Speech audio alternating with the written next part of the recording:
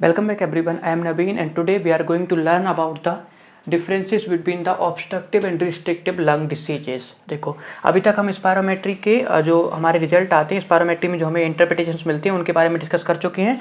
तो उनसे हमें स्पायरोमेट्री के बारे में पता चल चुका है और उससे हमें ये भी पता चला है कि हम ऑब्स्ट्रक्टिव और रिस्ट्रिक्टिव डिसीजेस के बीच में डिफरेंस कर सकते हैं on the basis of spirometry. लेकिन अभी इसमें मैंने TLC, RB और फंक्शनल रेसिडुअल कैपेसिटी को भी इंक्लूड कर लिया है। हाँ, ये इन चीज़ों के बारे में हमें स्पायरोमेट्री से पता नहीं चलता है क्योंकि ये हमारे कैसे हैं, स्टैटिक लंग वॉल्यूम है। हमें स्पायरोमेट्री से केवल डायनामिक लंग वॉल्यूम्स के बारे में पता चलता है। लेकिन फिर भी हम अभी सबसे पहले ऑब्स्ट्रक्टिव और रिस्ट्रिक्टिव डिसीजेस को समझेंगे और उनमें डिफरेंस को देख लेते हैं पहले, ताकि जहाँ पे भी स्पायरोमेट्री के दौरान ऑब्स्ट्रक्टिव और रिस्ट्रिक्टिव डिसीज का जिक्र हो वहाँ पे आपको वो चीज़ें समझ में आ पाए। तो देखो पहले हम सबसे पहले बात करते हैं ऑब्स्ट्रक्टिव एयरवे डिसीजेस के बारे में। तो ऑब्स्ट्रक्टिव एयरवे डिसीजेस क्या होती हैं? तो बेसिकली ऑब्स्ट्रक्टिव एयरवे डिसीजेस ऐसी डिसीजेस होती हैं जिनमें लंग प्रॉपरली एयर को एक्सहेल नहीं कर पाती, या कोई पेशेंट है वो प्रॉपरली एयर को एक्सहेल नहीं कर पा रहा है। और रिस्ट्रिक्टिव लंग डिसीजेस ऐसी डिसीज है जिनमें लंग प्रॉपरली एक्सपेंड नहीं हो पा रहे हैं। ठीक है, दो कंडीशन है हमारे पास। पहली कंडीशन है हमारी ऑब्स्ट्रक्टिव डिसऑर्डर। ऑब्स्ट्रक्टिव डिसऑर्डर में क्या हो रहा है, हमारा जो एक्सहेलेशन है, ठीक है, एक्सहेलेशन मतलब लंग से प्रॉपर एयर को बाहर निकालना, वो क्या हो रहा है, प्रॉपर तरीके से नहीं हो पा रहा है। मतलब क्या हो रहा है कि प्रॉपर तरीके से एयर से लंग बाहर नहीं आ पा रही है, इसका मतलब लंग्स में एयर बची हुई है। तो ऑब्स्ट्रक्टिव एयरवे डिसऑर्डर्स कैसे डिसऑर्डर हैं? ऑब्स्ट्रक्टिव एयरवे डिसऑर्डर ऐसे लंग डिसऑर्डर हैं जिनमें लंग या हमारी जो पेशेंट है वो क्या नहीं कर पा रहा है, प्रॉपर तरीके से एक्सहेलेशन नहीं कर पा रहा है। एक्सहेलेशन नहीं कर पा रहा है मतलब लंग से जो हमारी एयर है उसे प्रॉपर तरीके से बाहर नहीं निकाल पा रहा है। जबकि रिस्ट्रिक्टिव डिसऑर्डर कैसे डिसऑर्डर होते हैं? जिनमें लंग प्रॉपरली एक्सपेंड नहीं हो पा रहे। जब लंग एक्सपेंड नहीं होंगे तो इसका मतलब क्या होगा, जो लंग के अंदर एयर का वॉल्यूम है वो क्या हो जाएगा, रिड्यूस हो जाएगा। तो रिस्ट्रिक्टिव लंग डिसऑर्डर ऐसी कंडीशन है, ऐसी बीमारियां हैं जिनमें लंग प्रॉपरली एक्सपेंड नहीं हो पाते। इसका मतलब लंग्स में जो एयर जाती है वो कम पहुंचती है। तो हमें यहाँ से क्या समझ में आया कि जो ऑब्स्ट्रक्टिव एयरवे डिसऑर्डर हैं वो बेसिकली किस कंडीशन में होते हैं, ऑब्स्ट्रक्टिव एयरवे डिसीजेस होती हैं वो क्या रिफ्लेक्ट करते हैं। इनहेलेशन के दौरान जो प्रॉब्लम्स होती हैं ऑब्स्ट्रक्टिव एयरवे डिसऑर्डर्स उन्हें नहीं रिफ्लेक्ट करते। जबकि तो इससे हमें क्या समझ में आता है कि जो हमारे ऑब्स्ट्रक्टिव एयरवे डिसऑर्डर हैं, ऑब्स्ट्रक्टिव डिसीजेस हैं, इनके दौरान क्या होता है, जो हमारी एक्सहेलेशन होती है उसमें प्रॉब्लम आती है, और रिस्ट्रिक्टिव डिसऑर्डर्स होते हैं उनमें क्या, इनहेलेशन के दौरान हमें प्रॉब्लम दिखाई देती है। तो अब हम ऑब्स्ट्रक्टिव और रिस्ट्रिक्टिव डिसऑर्डर को समझ चुके हैं। ऑब्स्ट्रक्टिव डिसऑर्डर में क्या हो रहा है, लंग प्रॉपरली एयर को एक्सहेल आउट नहीं कर पा रहा है, एक पेशेंट प्रॉपरली एयर को एक्सहेल आउट नहीं कर पा रहा है, बाहर नहीं निकाल पा रहा है। जबकि रिस्ट्रिक्टिव लंग डिसऑर्डर्स में क्या हो रहा है, रिस्ट्रिक्टिव लंग डिसऑर्डर्स में प्रॉपरली एयर लंग्स के अंदर नहीं जा पा रही है, लंग प्रॉपरली एक्सपेंड नहीं हो पा रहे हैं। तो जब ऑब्स्ट्रक्शन होता है तो उसके इसमें क्या होता है कि वो बाहर नहीं निकाल पा रहा है, मतलब क्या होगा, फ्लो डिक्रीज होगा। जबकि जब रिस्ट्रिक्शन का केस होता है तब क्या होता है, लंग वॉल्यूम डिक्रीज होती है, क्योंकि लंग में अंदर एयर नहीं जा रही तो वॉल्यूम डिक्रीज हो जाएगा। अब देखो, अब हम इनमें क्या करते हैं, डिफरेंसेस देखते हैं। डिफरेंसेस हम किसके बेसिस पर देखेंगे, स्पायरोमेट्री, TLCO और इसके अलावा हमारी एक और कौन सी रिपोर्ट होती है, बॉडी प्लेसिस्मोग्राफी। तो तीनों से मिलाकर जो हमें कंबाइंड रिजल्ट मिलते हैं, या जिसको हम कंबाइनली PFT टेस्ट बोलते हैं, PFT टेस्ट के बेसिस पर हम ऑब्स्ट्रक्टिव और रिस्ट्रिक्टिव लंग डिसऑर्डर्स में डिफरेंस देखेंगे। तो देखो, पहली चीज़ हमें जो स्पायरोमेट्री से मिलती है, पहला पैरामीटर जो हमें मिलता है वो होता है फोर्स वाइटल कैपेसिटी या FVC। अब FVC या फोर्स वाइटल कैपेसिटी क्या है? तो फोर्स वाइटल कैपेसिटी होती है वो कैपेसिटी जिसमें पेशेंट एक्सहेल कितना अमाउंट में। जो फोर्स वाइटल कैपेसिटी है वो क्या होती है, basically force vital capacity is the volume of air that a patient can expel from the lungs after the maximum inhalation. अगर हिंदी में समझाऊं तो एयर का वो वॉल्यूम जो एक पेशेंट या एक पर्सन अपने लंग से क्या कर सकता है, बाहर निकाल सकता है प्रॉपर या कंप्लीट इनहेलेशन के बाद में। सीधी सी बात ये है कि जैसे मान लीजिए आपके पास एक बलून है, एक गुब्बारा है, अब आप गुब्बारे को फुला रहे हैं, तो आप पहले क्या करेंगे, सबसे पहले आप गहरी सांस अंदर भरेंगे, पूरी सांस आप अंदर भर लेंगे। इसके बाद आप ताकत के साथ उसमें सांस छोड़ेंगे और लगातार सांस छोड़ते रहेंगे। कब तक सांस छोड़ते रहेंगे? जब तक आप अंदर से पूरे खाली ना हो जाएं। तो इस दौरान उस गुब्बारे में जो आपको हवा मिलेगी और एयर आप उस गुब्बारे में जो प्रेजेंट रहेगी उसे बोला जाएगा फोर्स वाइटल कैपेसिटी। इसका मतलब क्या है, फोर्स वाइटल कैपेसिटी क्या है? फोर्स वाइटल कैपेसिटी एयर का वो वॉल्यूम है जो आप फोर्स्ड एक्सपायरेशन के दौरान पे ताकत के साथ जब आप सांस छोड़ते हैं गहरी सांस भरने के बाद में, तो आप कंप्लीट सांस छोड़ने के बाद में जो सांस आपके अंदर से बाहर निकलती है लंग्स के थ्रू, वो होती है हमारी force vital capacity. I hope force vital capacity clear हो गई होगी। इसको बार बार मैं इसलिए दोहरा रहा हूँ क्योंकि हमें यही समझ नहीं आएगा तो नॉर्मल और ये हाई रिड्यूस कैसे हो रहे हैं वो तो हम समझ ही नहीं पाएंगे।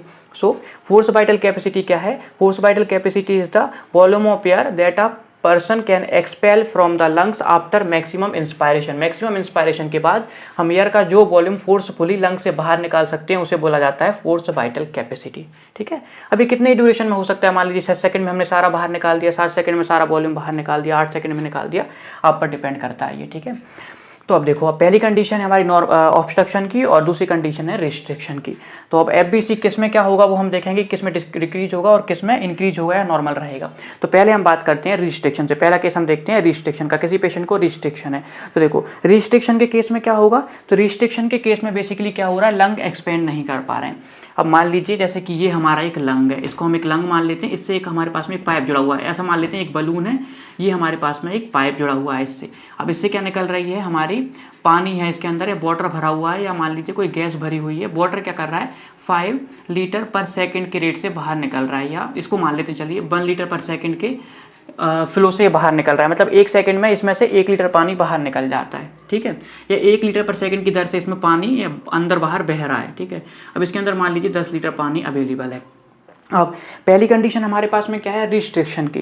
तो रिस्ट्रिक्शन के केस में आपको क्या देखने को मिल रहा है कि रिस्ट्रिक्शन में ये प्रॉपर्ली एक्सपेंड नहीं हो पाएगा। जब ये एक्सपेंड नहीं हो पाएगा तो इसके अंदर 10 लीटर की कैपेसिटी नहीं रहेगी, मतलब 10 लीटर पानी अपने अंदर रख ही नहीं पाएगा। मान लीजिए ये हाफ एक्सपेंड हुआ, आधा एक्सपेंड हुआ, तो इसके अंदर कितना पानी बचा हुआ है, 5 लीटर पानी बचा हुआ है। अब 5 लीटर पानी बचा हुआ है, तो जब 5 लीटर पानी है तो 5 लीटर ही बाहर निकालेगा, 10 लीटर तो निकाल नहीं पाएगा। लेकिन इसकी नॉर्मल कंडीशन में कितनी कैपेसिटी थी, 10 लीटर की थी, और 10 लीटर इसको बाहर निकालना था। और जो बाहर निकलेगा जो पूरा पानी वो कितना है, 10 लीटर, वो क्या रहेगी, फोर्स वाइटल कैपेसिटी। तो अब उसकी जब वो एक्सपेंड ही नहीं कर पाए तो उसके अंदर एयर कितनी है, केवल 5 लीटर है, मतलब 5 लीटर एयर वो ले पाया, या तो एक्सपेंड नहीं कर पाया किसी वजह से एयर अंदर नहीं गई, तो जो बाहर निकलेगी वो भी क्या रहेगी, 5 लीटर रहेगी, मतलब डिक्रीज हो जाएगी। तो इसका मतलब क्या है हमारा कि जो फोर्स वाइटल कैपेसिटी है, या वो एयर जो हम क्या करते हैं लंग से बाहर निकालते हैं फोर्स एक्सपायरेशन के दौरान पे, वो हमारी रिस्ट्रिक्टिव लंग डिसऑर्डर्स में क्या हो जाएगी, हाईली रिड्यूस हो जाएगी। ठीक है, उसमें क्या होगा, हमें हाई रिडक्शन देखने को मिलेगा, बहुत ज़्यादा तेजी से क्या होगी, वो घटेगी। कैसे समझ में आया हमें, हमने एक सिंपल एग्जांपल से समझा कि एक हमारे पास बलून था, बलून के अंदर पानी भरा हुआ था, 10 लीटर की उसकी कैपेसिटी थी। ठीक है, 10 लीटर पानी हम उसके अंदर डाल सकते थे और 10 लीटर ही वो बाहर निकाल सकता था। लेकिन अब क्या हुआ, जब वो बलून एक्सपेंड नहीं हो पाया, किसी वजह से क्या हुआ, बलून एक्सपेंड नहीं हो पा रहा है, बलून क्या फूल नहीं पाया पूरी तरीके से, अब उसकी 10 लीटर की कैपेसिटी बची ही नहीं है। मान लीजिए वो 2 लीटर पानी बस अपने अंदर रख पा रहा है, जब 2 लीटर पानी अंदर रख पाएगा, 2 लीटर पानी बाहर निकालेगा, तो इस कंडीशन में क्या होगा कि उसका जो टोटल जो बाहर निकल रहा है पानी, उसका क्या हो जाएगा, अमाउंट डिक्रीज हो जाएगा। यही हमारी फोर्स वाइटल कैपेसिटी है कि जितनी एयर वो बाहर निकाल पा रहा था फोर्स प्रोसीजर के दौरान पे। तो जब लंग एक्सपेंड नहीं होंगे तो एयर भी अंदर नहीं रख पाएंगे, जब एयर अंदर नहीं रख पाएंगे तो बाहर भी नहीं निकाल पाएंगे, जब बाहर नहीं निकाल पाएंगे तो क्या हो जाएगा, वो रिड्यूस हो जाएगा। तो फोर्स वाइटल कैपेसिटी है वो रिस्ट्रिक्टिव डिसीजेस की कंडीशन में हाईली रिड्यूस हो जाती है, ये चीज़ हमें ध्यान रखना है। अब बात करें हम ऑब्स्ट्रक्टिव डिसऑर्डर्स की, तो ऑब्स्ट्रक्टिव डिसऑर्डर में हमारी फोर्स वाइटल कैपेसिटी या तो नॉर्मल रहती है या फिर इसमें स्लाइड रिडक्शन देखने को मिलता है। बेसिकली हमें नॉर्मली देखने को मिलती है। तो अब इसमें नॉर्मल या स्लाइड रिडक्शन क्यों रहेगा, देखो अब फोर्स वाइटल कैपेसिटी क्या होती है, फोर्स वाइटल कैपेसिटी बेसिकली हम समझ सकते हैं कि जो लंग्स को खाली होने में, लंग्स एक निश्चित समय अंतराल के दौरान लंग्स जिसमें खाली हो रहे हैं वो वॉल्यूम, मतलब लंग्स के अंदर से कितना वॉल्यूम निकल रहा है। तो यहाँ पे अपन फिर से एक गुब्बारे का एग्जांपल ले लेते हैं। जैसे मान लीजिए अब पेशेंट को ऑब्स्ट्रक्टिव डिसऑर्डर हो गया, ऑब्स्ट्रक्टिव डिसऑर्डर में क्या होगा, रिस्ट्रिक्शन में क्या हो रहा था कि ये गुब्बारा पूरी तरीके से फूल नहीं पा रहा था। लेकिन ऑब्स्ट्रक्शन में क्या होगा, जो पाथ है उसका, जो उससे जो एक पाइप जुड़ा हुआ है, पाइप में मान लीजिए कुछ फंस गया या इस क्या होगा, ये सकड़ा होगा किसी वजह से, तो अब क्या होगा, इसके अंदर मान लीजिए पानी की कैपेसिटी 10 लीटर है, 10 लीटर ही बनी रहेगी। तो क्या ये 10 लीटर पानी निकाल पाएगा, हाँ बिल्कुल 10 लीटर पानी अभी इसमें है, 10 लीटर पानी ये बाहर निकाल देगा। लेकिन 10 लीटर पानी वो पहले कैसे निकाल रहा था, 1 लीटर पर सेकंड की रेट से निकाल रहा था, 1 लीटर पर सेकंड की फ्लो से वो निकाल रहा था। तो अब क्या हो जाएगा कि अब ऑब्स्ट्रक्शन आने की वजह से ये जो फ्लो है वो डिक्रीज हो जाएगा। फ्लो कैसे डिक्रीज हो जाएगा, मान लीजिए अब वो 0.5 लीटर पर सेकंड के रेट से वाटर को बाहर निकाल रहा है। ठीक है, तो पहले ये पानी कितनी देर में निकल रहा था, पहले 1 लीटर पर सेकंड से 10 लीटर पानी था, तो कितने टाइम में चला जाएगा हमारे पास से, ये 10 सेकंड में हमारे पास पहले बाहर निकल रहा था। लेकिन अब कुछ ऑब्स्ट्रक्शन आ गया, कुछ यहाँ पे फंस गया, ये पाइप सकड़ा हो गया, तो इस वजह से क्या हुआ, जो फ्लो था वो डिक्रीज हो गया। फ्लो डिक्रीज होकर कितना आ गया, 0.5 लीटर पर सेकंड। तो अब इसको कितने लग जाएंगे, यहाँ पे 20 सेकंड्स यहाँ पे लग जाएंगे, मतलब अब इसको 20 सेकंड लग जाएंगे। मतलब क्या हुआ है कि जो 10 लीटर पानी था वो तो वो पूरा बाहर निकाल देगा, लेकिन उसको टाइम ज़्यादा लग जाएगा, मतलब उसका जो फ्लो है वो क्या हो जाएगा, डिक्रीज हो जाएगा। तो अब इससे हमें क्या समझ में आ रहा है कि जो फोर्स वाइटल कैपेसिटी है, मतलब वो जो पूरा पानी है 10 लीटर, वो क्या होगा, ऑब्स्ट्रक्शन के केस में वो पूरा पानी तो बाहर निकाल देगा, पानी बाहर निकाल देगा, मतलब कि एफबीसी कैसी रहेगी, नॉर्मल रहेगी और स्लाइट रिडक्शन हो सकता है, तो नॉर्मल रहेगी या बहुत कम रिडक्शन हो सकता है किसी वजह से। लेकिन क्या होगा, जो फ्लो है वो डिक्रीज हो जाएगा। मतलब पहले वो 1 लीटर पर सेकंड की दर से बाहर निकाल रहा था उसे, अब वो 0.5 लीटर पर सेकंड के रेट से उसको बाहर निकालेगा। मतलब फ्लो रिड्यूस होगा लेकिन वॉल्यूम वही बना रहेगा। वॉल्यूम क्या हो सकता है, या तो डिक्रीज हो सकता है, बहुत कम, बहुत स्लाइड रिडक्शन होगा, या फिर वॉल्यूम हमारा नॉर्मल बना रहेगा। तो ये चीज़ आपको क्लियर होगी। एफबीसी कैसा रहेगा हमारा, या तो ऑब्स्ट्रक्शन के केस में या तो नॉर्मल रहेगा, क्योंकि हमारे जो बलून है उसमें कोई प्रॉब्लम नहीं है, हमारे लंग्स में प्रॉब्लम नहीं आ रही है, पाथवे में इशू आ रहा है। इस वजह से क्या, इसके अंदर जो 10 लीटर की कैपेसिटी थी वो 10 लीटर की है, तो 10 लीटर पानी तो 10 लीटर बाहर निकाल देगा। लेकिन क्या हो जाएगा, एफबीसी हमारी, एफबीसी तो कैसी रहेगी, नॉर्मल या स्लाइड रिडक्शन होगा, लेकिन फ्लो क्या हो जाएगा, डिक्रीज हो जाएगा। लेकिन रिस्ट्रक्शन के केस में क्या है, बलून क्या होगा, श्रिंक होगा। इसका मतलब उसमें जो कैपेसिटी थी बलून की वो पूरी तरीके से अपनी कैपेसिटी को गेन नहीं कर पाए। हमारे जैसे कि ये वाटर बलून था, मान लीजिए 10 लीटर पानी बन रहा था, तो अब ये श्रिंक हो गया, मतलब ये छोटा हो गया साइज में, या ये एक्सपेंड नहीं कर पा रहा है। तो 10 लीटर की जगह इसमें 5 लीटर पानी बन पाएगा, 5 लीटर पानी बन पाएगा तो 5 ही बाहर निकलेगा। तो इसका मतलब रिस्ट्रिक्शन के केस में फोर्स वाइटल कैपेसिटी रिड्यूस हो जाएगी, और कैसी, हाई रिडक्शन इसमें देखने को मिलेगा। सेकंड पैरामीटर हमारा आता है फोर्स एक्सपायरेटरी वॉल्यूम इन 1 सेकेंड। इसका मतलब क्या है, 1 सेकेंड में लंग्स के द्वारा बाहर निकाली गई एयर की मात्रा। ठीक है, तो force expiratory volume is the volume of air that a person can expel from the lungs during first second of force vital capacity. मतलब जैसे यहाँ देख रहे थे ना हम कि फोर्स वाइटल कैपेसिटी जब वो परफॉर्म कर रहा था, उसने क्या किया, गहरी सांस ली और सांस छोड़ना शुरू किया, लगातार वो देर तक सांस छोड़ता गया।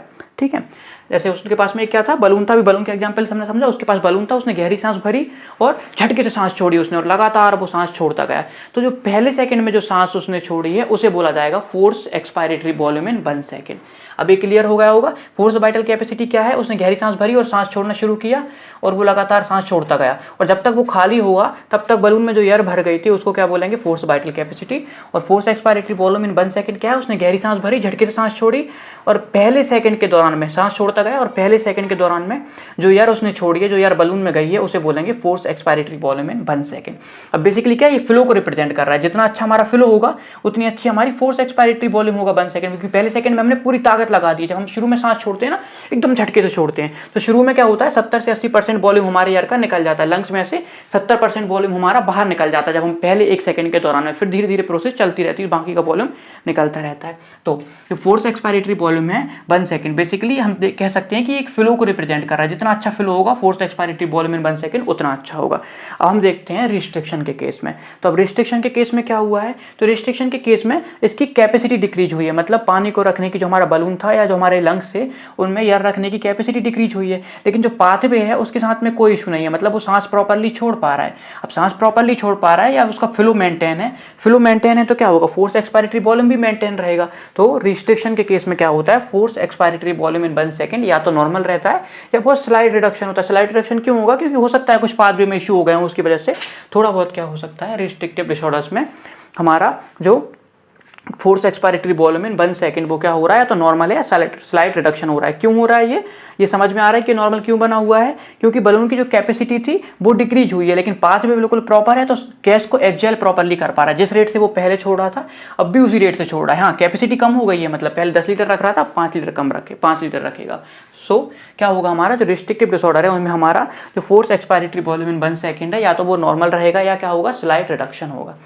अब देखते हैं हम ऑब्स्ट्रक्शन के केस में FeV1 का क्या होगा। FeV1 बेसिकली किसको रिप्रेजेंट कर रहा है, फ्लो को रिप्रेजेंट कर रहा है। और अभी हमने देखा कि ऑब्स्ट्रक्शन में क्या होता है, पाथ वे में कुछ ऑब्स्ट्रक्शन आ गया। अब पाथ वे में ऑब्स्ट्रक्शन आ जाएगा, मतलब जो पहले 1 लीटर पर सेकंड के रेट से छोड़ रहा था वही अब 0.5 लीटर पर सेकंड के रेट से एयर को या वाटर को बाहर निकाल रहा है। तो इसका मतलब क्या हुआ, फ्लो रिड्यूस हुआ है। फ्लो रिड्यूस हुआ है तो इसका मतलब फर्स्ट सेकंड में जो एयर बाहर निकलेगी वो भी क्या हो जाएगी, रिड्यूस हो जाएगी अमाउंट में।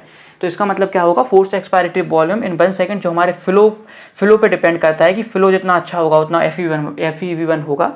तो हमारा FeV1 भी क्या हो जाएगा, ऑब्स्ट्रक्शन के केस में हाईली रिड्यूस हो जाएगा। ठीक है, तो ये चीज़ हमें ध्यान रखना है। पहला हमारा FBC था, तो FBC ऑब्स्ट्रक्शन के केस में या तो नॉर्मल बना हुआ है या बहुत स्लाइड रिडक्शन हुआ है, क्योंकि ये क्या प्रॉब्लम है, हमारी एक्सहेलेशन में प्रॉब्लम। जो हमारी FBC है, FBC बेसिकली रिप्रेजेंट कर रही थी कि कैपेसिटी क्या है हमारे लंग्स की, लंग्स कितने अच्छे से एक्सपेंड कर पा रहे थे, उसको हमारी FBC रिप्रेजेंट करती है। तो ऑब्स्ट्रक्शन में तो लंग्स प्रॉपर एक्सपेंड करते हैं, तो हमारी जो क्या थी FBC थी वो नॉर्मल थी, या स्लाइड रिडक्शन हुआ था। लेकिन रिस्ट्रिक्शन के केस में लंग प्रॉपर एक्सपेंड नहीं कर पाते, तो हमारे जो वाइटल कैपेसिटी है, फोर्स वाइटल कैपेसिटी है, वो हाईली रिड्यूस हो जाती है। अब फोर्स एक्सपायरेटरी वॉल्यूम इन 1 सेकंड क्या रिप्रेजेंट कर रहा था कि फर्स्ट सेकंड के दौरान कितना वॉल्यूम बाहर निकाला, मतलब फर्स्ट सेकंड में कितना ज़्यादा फ्लो था। तो अब ऑब्स्ट्रक्शन के केस में क्या हो गया, जो पाथवे है वहाँ पे कोई ऑब्स्ट्रक्शन आ गया, ऑब्स्ट्रक्शन आने की वजह से फ्लो रिड्यूस हुआ।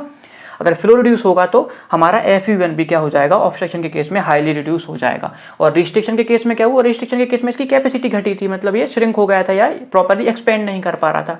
तो इस केस में क्या होगा, फ्लो बना हुआ है, फ्लो बना हुआ है तो रिस्ट्रिक्शन के केस में हमारा FeV1 नॉर्मल रहेगा या इसमें स्लाइड रिडक्शन देखने को मिलेगा। अब थर्ड चीज़ आती है इन दोनों का रेशियो, FeV1/FbC का रेशियो। अब देखो ये तो बिल्कुल हम कैसे समझ सकते हैं, ये तो बिल्कुल सिंपल है इसको समझना। FeV1/FbC को हम कैसे समझेंगे, तो देखो अब ऑब्स्ट्रक्शन का केस है और रिस्ट्रिक्शन का केस है। अब हमने यहाँ पे देखा है कि पहला केस हमारे पास में है ऑब्स्ट्रक्शन का। ऑब्स्ट्रक्शन के केस में हमने पढ़ा है क्या होता है, FeV1 रिड्यूस होता है। अभी हमने ऊपर से देखा कि ऑब्स्ट्रक्शन के केस में क्या हो रहा है, FeV1 रिड्यूस हो रहा है। तो यहाँ पे FeV1 क्या लिखा हुआ है, ऊपर लिखा हुआ है। अगर ऊपर वाली चीज़ रिड्यूस होगी और नीचे वाली चीज़ क्या होगी, बड़ी रहेगी या नॉर्मल रहेगी, तो क्या हो जाएगा, इसकी जो ओवरऑल वैल्यू आएगी वो कैसी आ जाएगी, हमारे पास में रिड्यूस मिलेगी। ये चीज़ समझ आ रही है? अच्छा, क्लियर नहीं हो रही तो एक बार और समझाता हूँ। जैसे देखो मैं बताता हूँ, जैसे मान लीजिए ऊपर हमारे पास में लिखा हुआ है कितना 10 और नीचे क्या लिखा हुआ था हमारे पास में 5। अब डिवाइड करेंगे तो कितना आ रहा था, ये 2 आ रहा था नॉर्मल कंडीशन में हमारे पास में। अब मान लीजिए हमारे पास केस है ऑब्स्ट्रक्शन का। ऑब्स्ट्रक्शन के केस में हमें पता है FeV1 रिड्यूस होता है।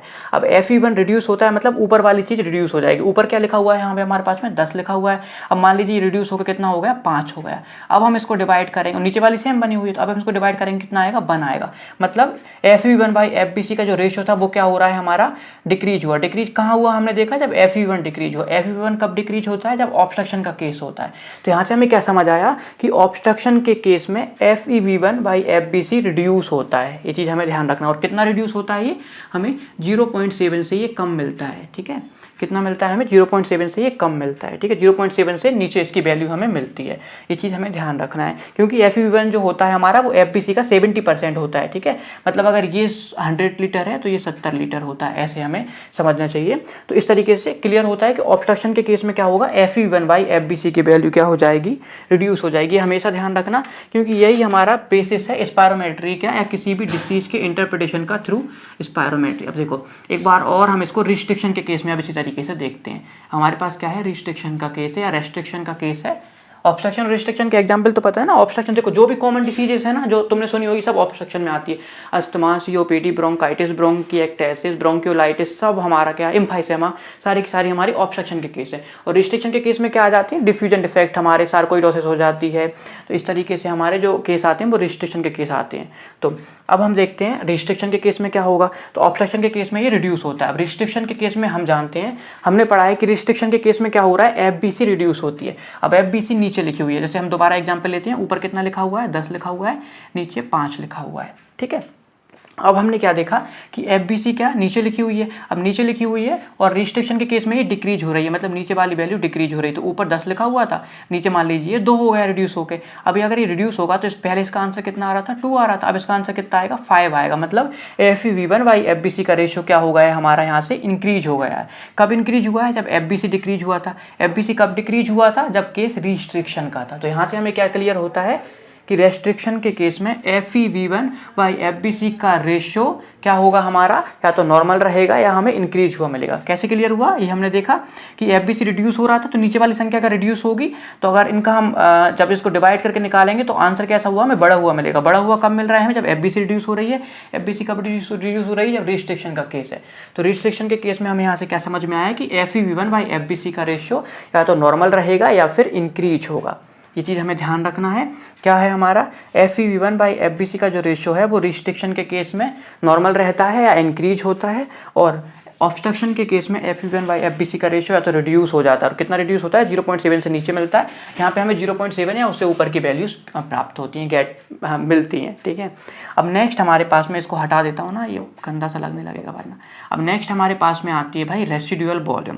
अब रेसिडुअल वॉल्यूम क्या होता है ये भी पूछोगे। तो बेसिकली रेसिडुअल वॉल्यूम एयर का वो वॉल्यूम है कि अगर आप मैक्सिमम एक्सपायरेशन कर लो, फोर्सफुल एक्सपायरेशन कर लो, उसके बाद भी आपके लंग्स में कुछ एयर का वॉल्यूम बचा रह जाता है, जैसे हम बोलते हैं residual volume. Basically residual residual volume is the volume of air that remains in the lungs after maximum expiration.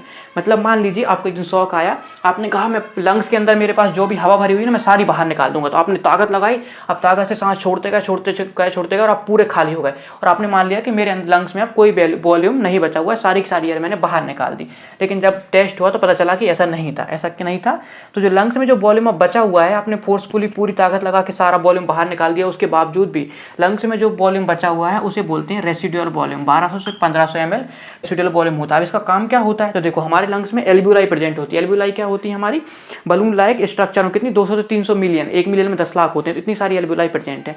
अब ये एल्ब्यूलाई क्या हो जाएंगी? मान लीजिए एयर बाहर निकली तो ये आपस में पिचक जाएंगी। जैसे गुब्बारे से आप हवा बाहर निकालोगे तो क्या होता है? वो आपस में पिचक जाती हैं। लेकिन ऐसा हमारे लंग्स में तो नहीं होता है कि लंग कोलैप्स हो गए हों। तो ऐसा क्यों नहीं होता? क्योंकि रेसिडुअल वॉल्यूम वहाँ पे प्रेजेंट होता है एल्ब्यूलाई को कोलैप्स होने से बचाने के लिए। सो रेसिडुअल वॉल्यूम बेसिकली क्या है? लंग्स में बचा हुआ एयर का वॉल्यूम। अब देखो रेसिडुअल वॉल्यूम हमें स्पायरोमेट्री से रेसिडुअल वॉल्यूम हमें नहीं मिलता है। ना तो हम रेसिडुअल वॉल्यूम कैलकुलेट कर सकते हैं स्पायरोमेट्री से, ना फंक्शनल रेसिडुअल कैपेसिटी और ना ही टोटल लंग कैपेसिटी, इनका हम कैलकुलेशन नहीं कर सकते। सो अब भाई रेसिडुअल वॉल्यूम हम क्या होगा अब देखते हैं हम। तो पहला केस हमारे पास में आता है ऑब्स्ट्रक्शन का, दूसरा केस हमारे पास रिस्ट्रिक्शन का। तो देखो बेसिकली रेसिडुअल वॉल्यूम क्या है? लंग्स में जो एयर का वॉल्यूम बच रहा है उसे हम क्या बोलेंगे? Residual volume. समझ आ रहा है? रेसिडुअल वॉल्यूम क्या है? लंग्स में जो एयर का वॉल्यूम बच रहा है, ठीक है, उसे हम बोलते हैं रेसिडुअल वॉल्यूम। सो ऑब्स्ट्रक्शन का जब हमारे पास केस आता है, कोई हमारे पास ऑब्स्ट्रक्शन का पेशेंट आता है, तो उसमें क्या होता है? एक फॉल्स हाइपर इन्फ्लेशन होता है, ठीक है। हाइपर इन्फ्लेशन का केस हमारे पास देखने को मिलता है। हाइपर इन्फ्लेशन में क्या होता है? लंग्स जितने एक्सपेंड करने चाहिए थे ना उससे कई ज़्यादा एक्सपेंड कर जाते हैं, इसे बोलते हैं हाइपर इन्फ्लेशन। तो हमारे पास में जो ऑब्स्ट्रक्शन का केस है उसमें हाइपर इन्फ्लेशन का केस देखने को मिलता है, ये चीज़ हमें ध्यान रखना है, ठीक है। तो अब हमारा देखो ऑब्स्ट्रक्शन के केस में क्या हो रहा था? लंग से प्रॉपरली एयर बाहर नहीं निकल पा रही। जब पूरी हवा बाहर नहीं निकल पाएगी तो ज़्यादा से ज़्यादा एयर कहाँ बच जाएगी? लंग्स के अंदर बच जाएगी, और इसी बची हुई एयर को तो हम क्या बोलते हैं? रेसिडुअल वॉल्यूम बोलते हैं। समझ आया? रेसिडुअल वॉल्यूम क्या है? रेसिडुअल वॉल्यूम बेसिकली क्या है? एयर का वो अमाउंट है जो लंग्स में बचा हुआ है कंप्लीट एक्सहेलेशन के बाद भी, पूरा फोर्स लगाने के बाद भी हम जो लंग्स में एयर का वॉल्यूम बच रहा है उसे हम बोलते हैं रेसिडुअल वॉल्यूम। तो अब हमारे ऑब्स्ट्रक्शन में क्या होता है? हम कितना भी ताकत लगा लें लेकिन जो थोड़ा ना थोड़ा अमाउंट एयर का क्या रहता है हमारे लंग्स में बच जाता है, क्योंकि ऑब्स्ट्रक्शन के केस में पेशेंट को एक्सहेलेशन में सांस छोड़ने में दिक्कत हो रही है। अब सांस छोड़ने में दिक्कत होगी तो जो सांस थी वो क्या कुछ ना कुछ उसका अमाउंट है जो एयर का वॉल्यूम है वो लंग्स में बचा रह जाएगा। अब लंग्स में बचा रह जाएगा तो ये क्या करेगा? लंग्स में जो बचा हुआ एयर है उसी को तो हम रेसिडुअल वॉल्यूम बोलते हैं। तो ऑब्स्ट्रक्शन के केस में रेसिडुअल वॉल्यूम या तो नॉर्मल रहता है या फिर इंक्रीज होता है। खासकर अस्थमा जैसे केसेस में तो इंक्रीज देखने को मिल ही जाता है, ठीक है। तो जब सीवियर कंडीशन हो जाती है, सीवियर अस्थमा एम्फीसेमिक कंडीशन होती है, तब हमें इंक्रीज देखने को मिलता है, हाइपर इन्फ्लेशन केस देखने को मिलता है। आई होप ये क्लियर हो गया होगा क्या हो रहा है। प्रॉपरली ऑब्स्ट्रक्शन के केस में वो एयर को बाहर नहीं निकाल पा रहा है। अब एयर को जब वो बाहर नहीं निकाल पा रहा है पूरा फोर्स लगाने के बाद भी, तो जो एयर है वो क्या हो जाएगी? लंग्स में ट्रैप होकर रह जाएगी, बचकर रह जाएगी, और इसी बचे हुए एयर को क्या बोलते हैं हम? इसी बचे हुए वॉल्यूम को क्या बोलते हैं? Residual volume. तो इसका मतलब ऑब्स्ट्रक्शन के केस में जहां वो सांस नहीं छोड़ पा रहा है प्रॉपरली, एयर बच रही है, तो इस केस में रेसिडुअल वॉल्यूम या तो नॉर्मल रहेगा या इंक्रीज हो जाएगा। अब रिस्ट्रिक्शन के केस में क्या है भाई? तो रिस्ट्रिक्शन के केस में अभी डिक्रीज क्यों हो रहा है? अब आप पूछोगे कि रिस्ट्रिक्शन के केस में डिक्रीज क्यों होगा या नॉर्मल क्यों रहेगा? वैसे बेसिकली डिक्रीज होता है। हम अगर रिस्ट्रिक्शन के केस की बात करें तो अभी डिक्रीज क्यों होगा? तो देखो रेस्ट्रिक्शन के केस में क्या हो रहा है? लंग प्रॉपर्ली एक्सपेंड नहीं कर पा रहे हैं। तो एक्सपेंड नहीं कर पाने की वजह से क्या हो रहा है? एक्सपेंड नहीं कर पाने की वजह से ये प्रॉब्लम हो रही है कि जो पहले रेसिडुअल वॉल्यूम वहाँ पे 1200 ml मतलब नॉर्मल कंडीशन में था, वही घट के अब 1000 ml रहेगा। जैसे देखो मान लीजिए ये हमारा एक लंग है, ऊपर ही तो बना हुआ है, इसको दोबारा क्यों बनाना? देखो ये हमारे पास लंग था, जैसे मैंने बताया ना कि पहले इसकी 10 लीटर की कैपेसिटी थी। 10 लीटर में से मान लीजिए 8 लीटर हमारे पास में क्या था जो हम एयर ले रहे थे, इनहेल एक्सहेल कर रहे थे, और 2 लीटर हमारा क्या था? रेसिडुअल वॉल्यूम था। तो अभी क्या हो गया? ओवरऑल साइज में छोटा हो गया। जब ओवरऑल साइज में ये छोटा हो गया, आधा हो गया, तो इसमें जो वॉल्यूम था एयर का वो भी क्या हो जाएगा? रिड्यूस हो जाएगा। तो रेस्ट्रिक्शन के केस में क्या होता है? लंग प्रॉपर्ली एक्सपेंड नहीं कर पाते और साइज लंग्स का छोटा हो जाता है या श्रिंक होकर रह जाते हैं। उस केस में क्या होता है हमारे पास? जो रेसिडुअल वॉल्यूम भी होगा, मतलब लंग्स के अंदर जो एयर का वॉल्यूम बचा हुआ है वो भी क्या हो जाता है? ऑटोमेटिकली क्या हो जाएगा? इस केस में डिक्रीज हो जाएगा। तो रिस्ट्रिक्शन के केस में हमारा रेसिडुअल वॉल्यूम डिक्रीज होता है, जबकि ऑब्स्ट्रक्शन के केस में नॉर्मल या इंक्रीज देखने को मिलता है, ठीक है। ये बहुत कॉमन चीज़ें होती है, कॉमनली पूछा जाता है कि अगर ऑब्स्ट्रक्शन में इंक्रीज क्यों हो रहा है? तो इंक्रीज क्यों हो रहा है? क्योंकि वो एयर को बाहर नहीं निकाल पा रहा है, तो एयर ट्रैप हो जाएगी, और इसी ट्रैप वॉल्यूम को तो हम रेसिडुअल वॉल्यूम बोलते हैं। तो इसलिए ऑब्स्ट्रक्शन के केस में ये बढ़ रहा है, और रिस्ट्रिक्शन के केस में क्या हो रहा है? लंग ओवरऑल साइज में छोटा हो गया, या लंग्स में क्या हो रहा है? इन्फ्लेशन नहीं हो पा रहा है, लंग्स क्या हो रहा है? प्रॉपर्ली एक्सपेंड नहीं कर पा रहे हैं, तो लंग्स के अंदर जो एयर का वॉल्यूम बचा हुआ है वो भी रिड्यूस हो जाएगा। तो इसी वजह से रेसिडुअल वॉल्यूम भी यहाँ पे डिक्रीज हो जाएगा। अब हमारी आती है total lung capacity, TLC stand for total lung capacity. और टोटल लंग कैपेसिटी हमें कहाँ से पता चलती है? बॉडी प्लेथोस्मोग्राफी के थ्रू हम टोटल लंग कैपेसिटी को निकालते हैं और वहीं से हमारा रेसिडुअल वॉल्यूम और FRC भी कैलकुलेट होता है। बॉडी प्लेथोस्मोग्राफी एक जांच होती है, कभी इसको एक्सप्लेन करूंगा प्रॉपरली। अब बात करते हैं टोटल लंग कैपेसिटी के बारे में। तो टोटल लंग कैपेसिटी क्या होगी? देखो, ऑब्स्ट्रक्शन के केस में और रेस्ट्रिक्शन के केस में। अब पहले हम बात करते हैं रेस्ट्रिक्शन के केस में। तो रेस्ट्रिक्शन की टोटल लंग कैपेसिटी बता दूं पहले क्या होता है, वैसे पता होगा लेकिन बता देता हूँ। टोटल लंग कैपेसिटी का मतलब होता है, तो total lung capacity is the amount और volume of the air that lung can accommodate in particular time. मतलब जो लंग है हमारे या फेफड़े हैं, जितनी एयर को ज़्यादा से ज़्यादा एयर को अपने अंदर रख सकते हैं, उसे बोला जाता है टोटल लंग कैपेसिटी। मतलब बेसिकली एक कैपेसिटी है कि लंग कितनी एयर को होल्ड कर सकते हैं अपने अंदर। जैसे अपने यहाँ पे कितनी थी? 10 लीटर थी लंग की टोटल कैपेसिटी। ये रेसिडुअल वॉल्यूम को मिला के होती थी कि रेसिडुअल वॉल्यूम भी इसमें जुड़ता है। रेसिडुअल वॉल्यूम को मिला के हमारे पास में टोटल लंग कैपेसिटी बनती है। तो मान लीजिए जैसे ये वाटर बलून था हमारे पास, इसकी कैपेसिटी कितनी है? 10 लीटर की। मतलब ये अपने अंदर टोटल 10 लीटर पानी को रख सकता है। तो यही 10 लीटर जो होगा यही होगी टोटल लंग कैपेसिटी। इसको क्या बोलेंगे? टोटल वाटर कैपेसिटी, मतलब वाटर रख रहा है। और लंग्स में से क्या बोलेंगे? टोटल लंग कैपेसिटी, मतलब एयर का वो वॉल्यूम जो लंग्स अपने अंदर रख सकते हैं। ठीक है, जैसे मैंने एक गहरी सांस भरी, अब गहरी सांस भरने के बाद में मैंने क्या किया? सबसे पहले टाइडल वॉल्यूम लिया, टाइडल वॉल्यूम के बाद में इंस्पायरेटरी रिजर्व वॉल्यूम, इसके अलावा क्या क्या है हमारे पास? एक्सपायरेटरी रिजर्व वॉल्यूम है और इसके अलावा रेसिडुअल वॉल्यूम। तो ये चारों वॉल्यूम्स हमारे पास में वहाँ पे लंग्स में प्रेजेंट है उस दौरान पे। तो हमारे पास रेसिडुअल टोटल लंग कैपेसिटी क्या है? लंग्स में प्रेजेंट एयर का वो वॉल्यूम जो लंग्स अपने अंदर रख सकती हैं, या लंग्स की टोटल कैपेसिटी इतनी एयर को लंग्स अपने अंदर रख सकते हैं। सो देखो, अब हम रिस्ट्रिक्शन के केस में देखेंगे। रिस्ट्रिक्शन के केस में क्या हो रहा है? लंग प्रॉपर्ली एक्सपेंड नहीं कर पा रहे हैं, मतलब साइज छोटा हो गया है। अब किसी बलून का, किसी गुब्बारे का साइज छोटा हो गया है, तो उसके अंदर पहले 10 लीटर पानी बन रहा था, अब कितना बनेगा? 5 लीटर। तो जनरल सी बात है, मतलब उसकी कैपेसिटी रिड्यूस हो जाएगी। उसी तरह अगर हमारे फेफड़े का साइज छोटा हो गया, हमारा फेफड़ा पूरी तरीके से एक्सपेंड नहीं हो पाया, हमारा लंग एक्सपेंड नहीं हो पाया, तो उस केस में क्या होगा? उसकी जो कैपेसिटी होगी, मतलब एयर रखने की कैपेसिटी होगी, वो भी रिड्यूस हो जाएगी। तो टोटल लंग कैपेसिटी क्या होती है? रेस्ट्रिक्शन के केस में टोटल लंग कैपेसिटी भी डिक्रीज हो जाती है। चीज़ ध्यान रखना है, रेस्ट्रिक्शन के केस में भी टोटल लंग कैपेसिटी क्या होती है? रिड्यूस होती है, डिक्रीज हो जाती है। जबकि ऑब्स्ट्रक्शन के केस में क्या होता है? तो ऑब्स्ट्रक्शन के केस में क्या होता है? हमारी जो ऑब्स्ट्रक्शन के केस में टोटल लंग कैपेसिटी या तो नॉर्मल रहती है, इंक्रीज होती है। अब नॉर्मल या इंक्रीज क्यों होती है? तो इसका ये रीजन है कि जो हमारा लंग्स हैं ऑब्स्ट्रक्शन के केस में हाइपर इन्फ्लेट करते हैं। ठीक है, हाइपर इन्फ्लेशन कैसे होता है कि हाइपर इन्फ्लेशन इस वजह से हो रहा है क्योंकि पूरी एयर को बाहर नहीं निकाल पा रहे हैं। जैसे मान लीजिए कि हमारे पास में एक वाटर बलून था, इसमें कहीं से पानी आ रहा था और पानी बाहर जा रहा था। अब मान लीजिए इसकी 10 लीटर की कैपेसिटी थी, अब इसने क्या किया? 10 लीटर की कैपेसिटी थी, लेकिन इस कंडीशन में क्या हुआ? 10 लीटर की कैपेसिटी के बावजूद 10 लीटर वो पानी बाहर नहीं निकाल पाया। उसने कितना निकाला?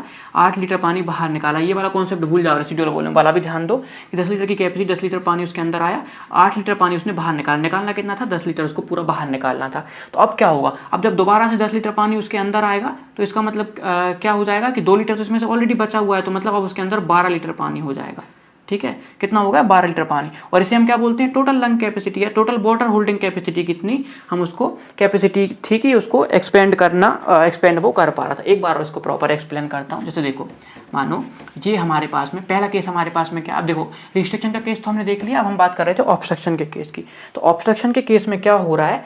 ऑब्स्ट्रक्शन के केस में ऑब्स्ट्रक्शन आ रहा है। ऑब्स्ट्रक्शन की वजह से क्या हो रहा है? वो जैसे मान लीजिए इस बलून की कैपेसिटी थी 10 लीटर, अब 10 लीटर में से उसने 8 लीटर पानी को बाहर निकाल पाया वो, क्योंकि ऑब्स्ट्रक्शन है, कुछ फंसा हुआ है यहाँ पे, तो 2 लीटर पानी उसके अंदर बच गया। अब दोबारा से उसके पास हमने 10 लीटर पानी दिया उसको, तो टोटल मिला के उसके अंदर कितना आ गया? 12 लीटर पानी। अब 12 में से फिर कितना बाहर निकाल पाएगा वो?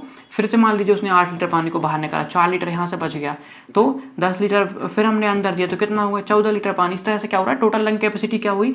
मतलब इसकी जो वाटर होल्ड करने की कैपेसिटी थी वो क्या हो गई? ये बढ़ गई है। लेकिन क्या है? झूठी कैपेसिटी है, मतलब ये नुकसान पहुंचा रही है उसको, क्योंकि उसमें प्रेशर बढ़ रहा है।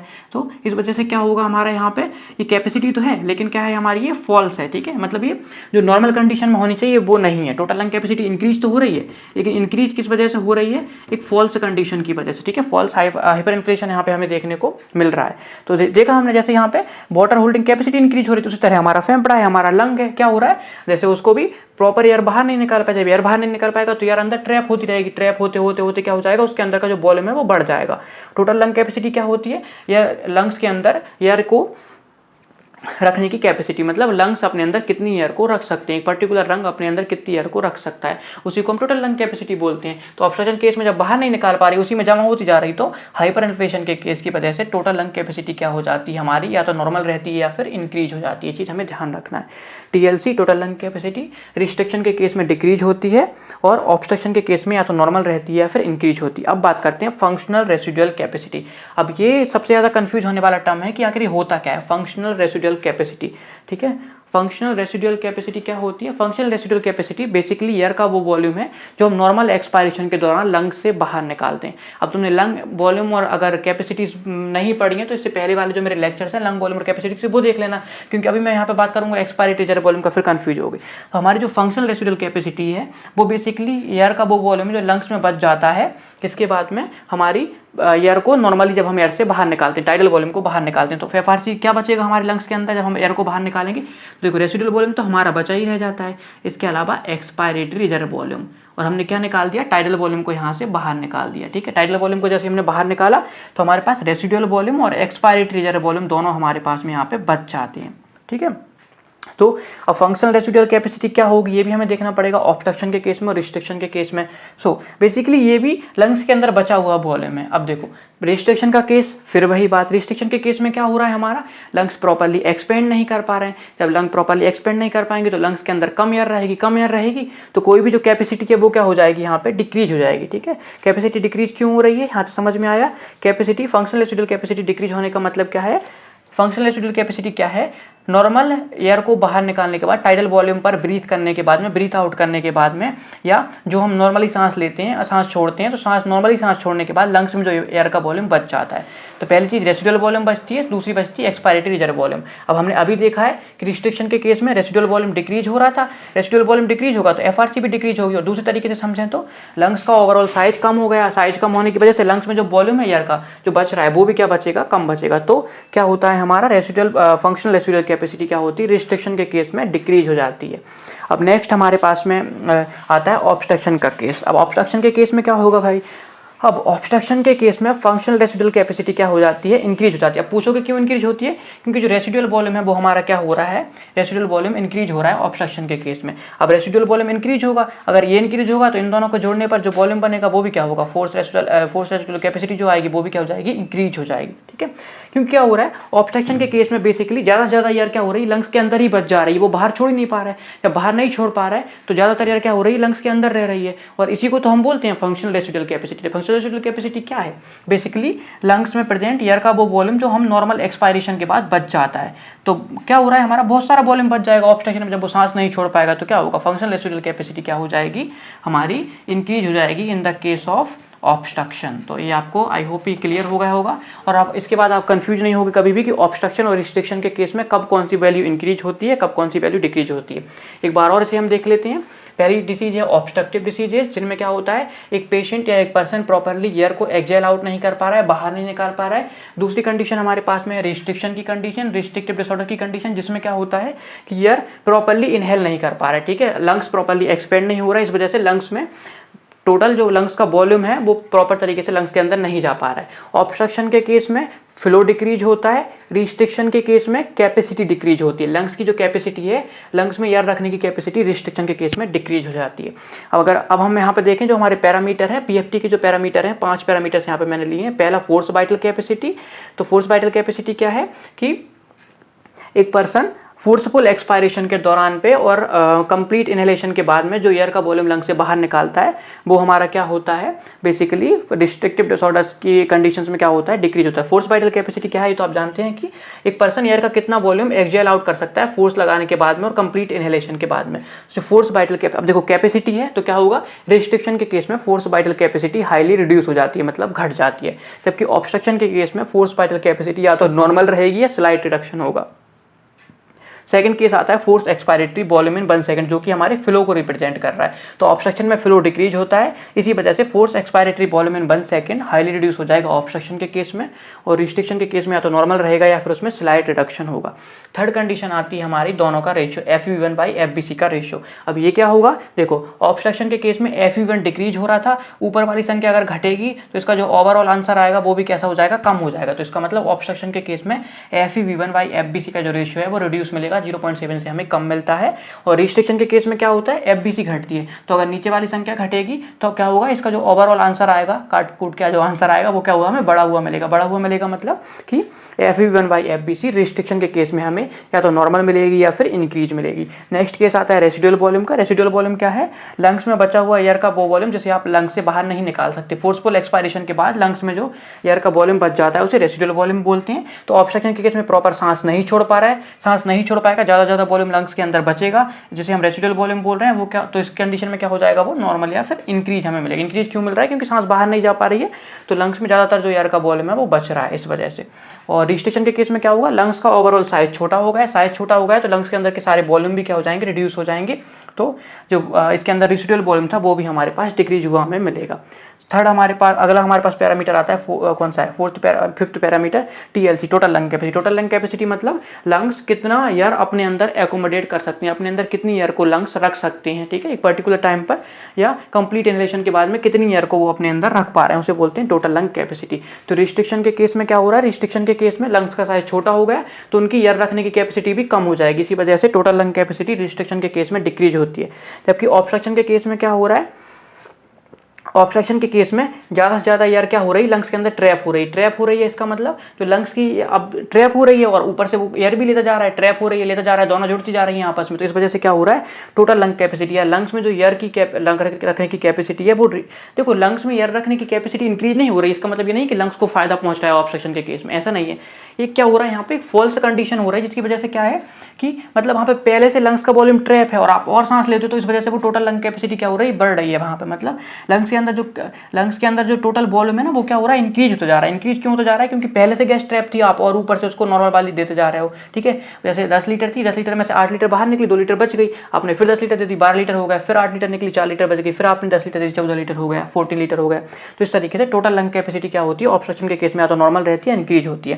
फिर बात करते हैं फंक्शनल रेसिडुअल कैपेसिटी, ये क्या होती है, तो ये लंग्स में प्रेजेंट वो वॉल्यूम है जो नॉर्मल एक्सपायरेशन के दौरान लंग्स में बच जाता है। किससे मिलकर बना होता है, रेसिडुअल वॉल्यूम और एक्सपायरेटरी रिजर्व वॉल्यूम से मिलकर बना होता है, ठीक है। अब क्या हो रहा है, देखो FRC क्या होगा, तो FRC रिस्ट्रिक्शन के केस में डिक्रीज होगा। डिक्रीज क्यों होगा, क्योंकि रेसिडुअल वॉल्यूम हमारा डिक्रीज हो रहा है, रेसिडुअल वॉल्यूम डिक्रीज होने की वजह से FRC भी यहाँ पे डिक्रीज हो जाएगा। जबकि ऑब्स्ट्रक्शन के केस में FRC क्या होगा, फंक्शनल रेसिडुअल कैपेसिटी क्या होगी, इंक्रीज होगी। इंक्रीज क्यों होगी, क्योंकि रेसिडुअल वॉल्यूम बढ़ रहा है। या ऑब्स्ट्रक्शन के केस में क्या हो रहा है, एयर प्रॉपर्ली बाहर नहीं जा पा रही है, तो ज़्यादा से ज़्यादा एयर लंग्स के अंदर बचेगी, और इसी को तो हम बोलते हैं force functional residual capacity. Functional residual capacity obstruction के केस में इंक्रीज हो जाती है। तो ये पैरामीटर्स आप सबको ध्यान रखने हैं। इसके बेसिस पर आप स्पायरोमेट्री रिपोर्ट्स में या अदर PFT रिपोर्ट्स के थ्रू डिसीजेस का इंटरप्रिटेशन आप अच्छे से कर पाओगे, डायग्नोसिस ठीक तरीके से बना पाओगे। एक बार और देखो, पहला केस है ऑब्स्ट्रक्शन का, जिसमें एयर प्रॉपर्ली बाहर नहीं निकल पा रही है। रिस्ट्रिक्शन का केस, जिसमें एयर प्रॉपर्ली अंदर नहीं जा पा रही, लंग प्रॉपर्ली एक्सपेंड नहीं हो पा रहे हैं।